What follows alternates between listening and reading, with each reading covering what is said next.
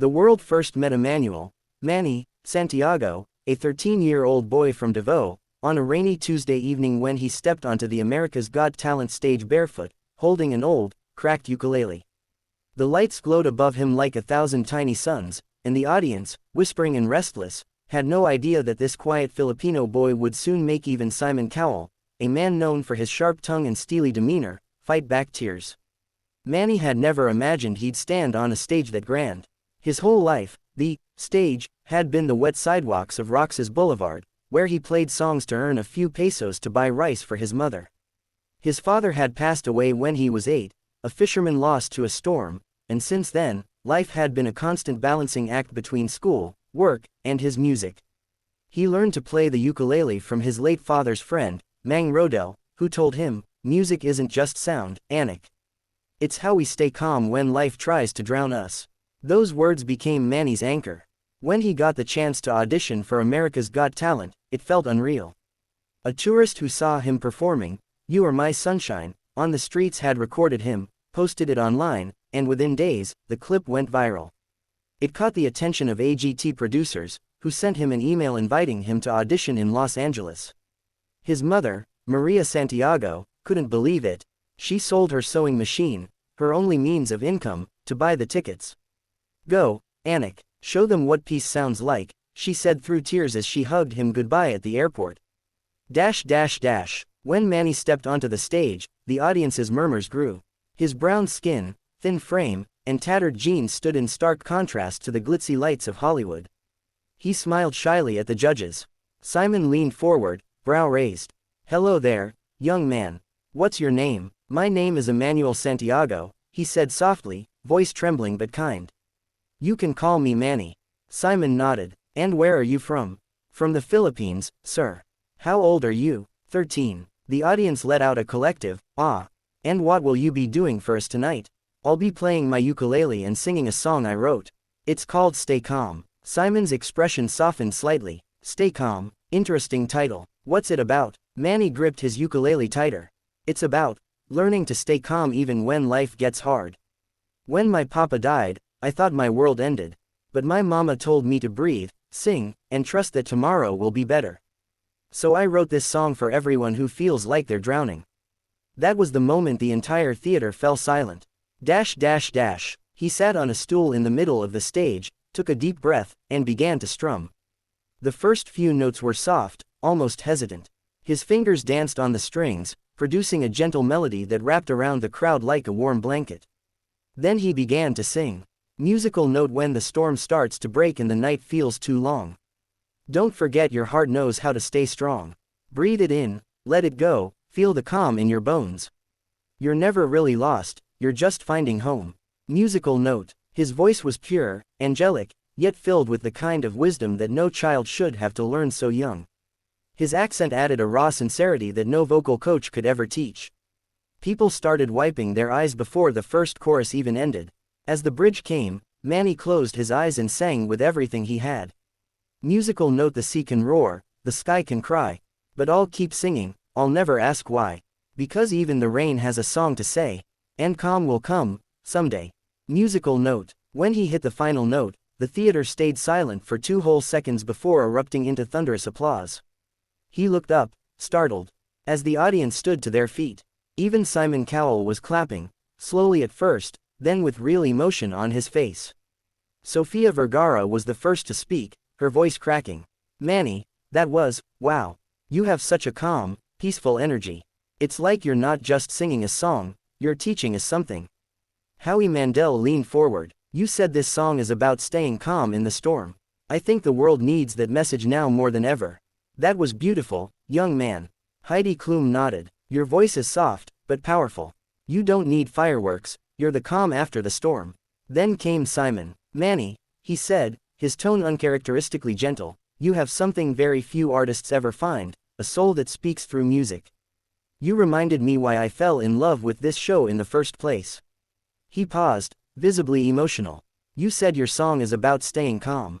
You made me calm, and that doesn't happen very often." The audience laughed softly through their tears. Then Simon stood up and pressed the golden buzzer.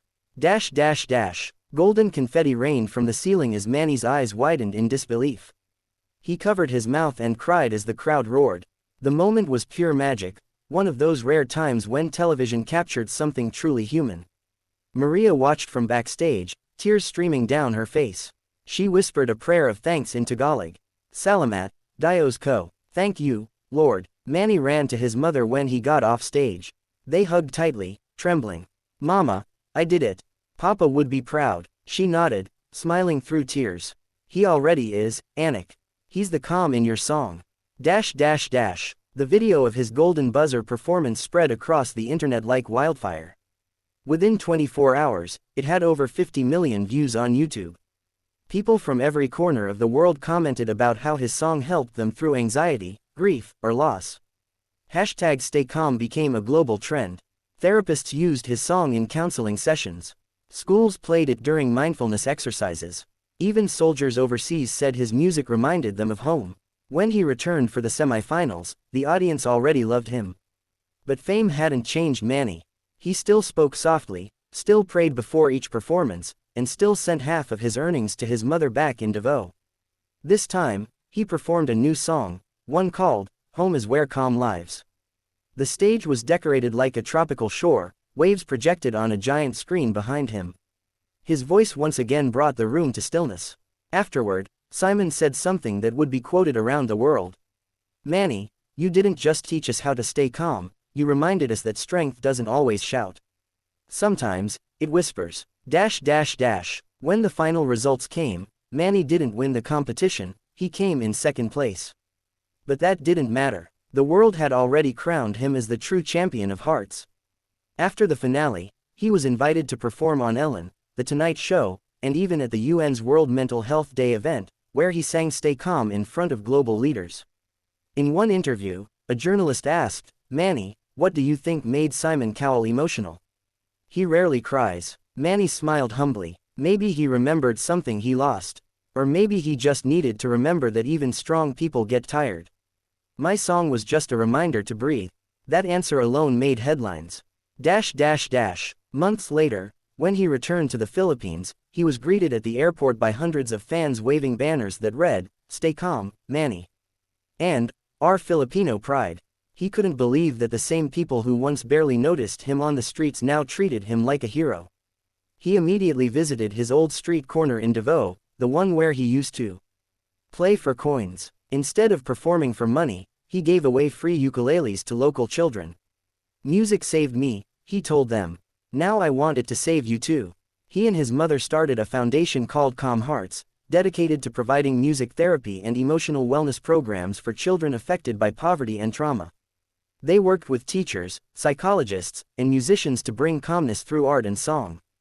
A year later, Time magazine featured him in an article titled, The Boy Who Taught the World to Breathe. They wrote, in a world filled with noise, Manny Santiago reminds us that sometimes peace begins with a single strum of a ukulele. Simon Cowell himself flew to the Philippines to attend the launch of Manny's first album, Songs for Calm Days. During his speech, Simon admitted, I've seen thousands of performers, but Manny changed something in me. He made me realize that music isn't just entertainment, it's healing. The crowd erupted into applause. Manny performed Stay Calm once again, but this time, it wasn't for judges or cameras, it was for the people who needed hope. His voice was steadier now, filled with gratitude instead of fear. When he finished, his mother walked on stage and hugged him tightly. You did it, Anik.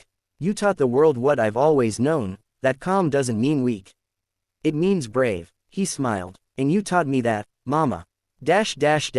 Years later, Manny would go on to study music therapy and continue his foundation's work. But he never stopped playing his old ukulele, the same one that carried him from the streets of Davao to the biggest stages on earth.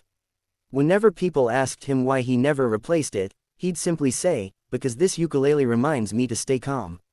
It's not the instrument that makes music, it's the piece behind it.